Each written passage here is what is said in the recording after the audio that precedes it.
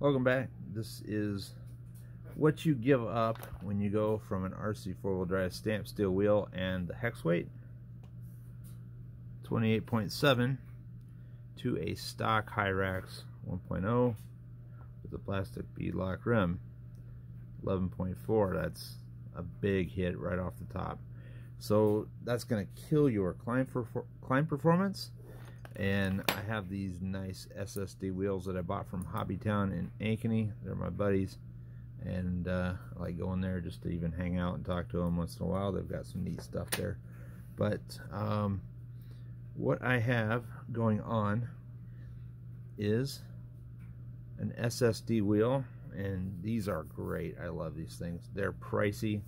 It's $50 for a set of 4 of them, but they're so easy to install. You got only 5 screws on the back and they assemble themselves.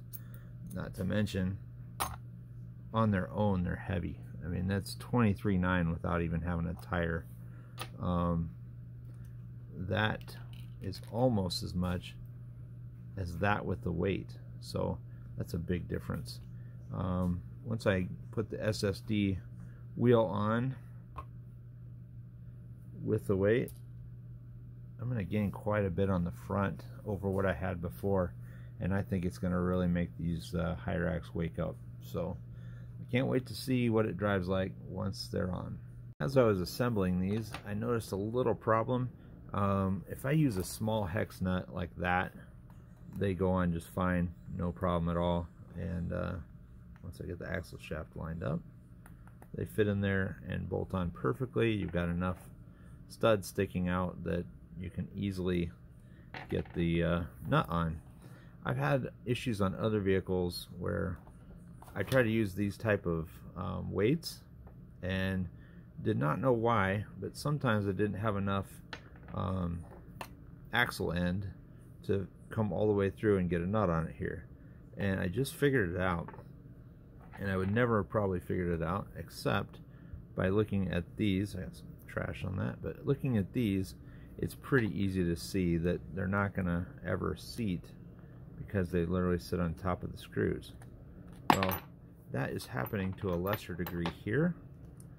So once I put them in, and it fits really tight, by the way, I've got to press them in, so I'm not going to do that again. But what I'm noticing is happening is these screw heads do not sit flush with the top of this that the hex should seat all the way onto.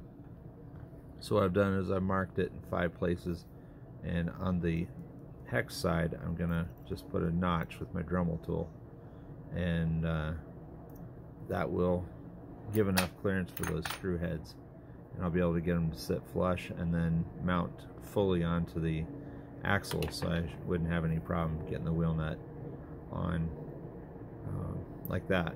But I've faced that problem in the past, never knew why, and that's it right there. Hope it helps.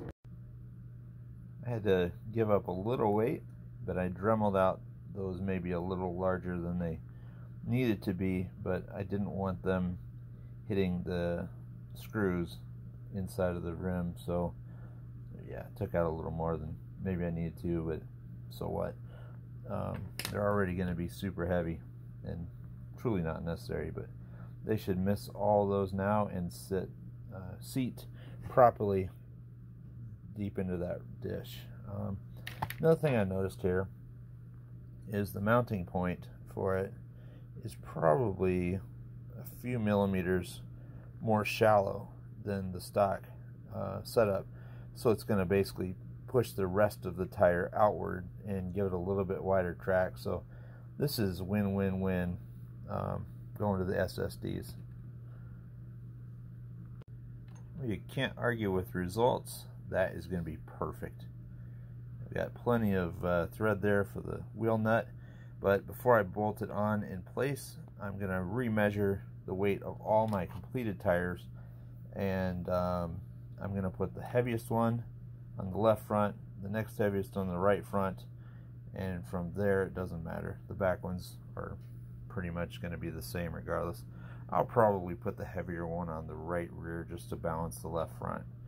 But that's all I got for tonight. I hope it helps. It solved a big mystery for me thought I'd pass it along.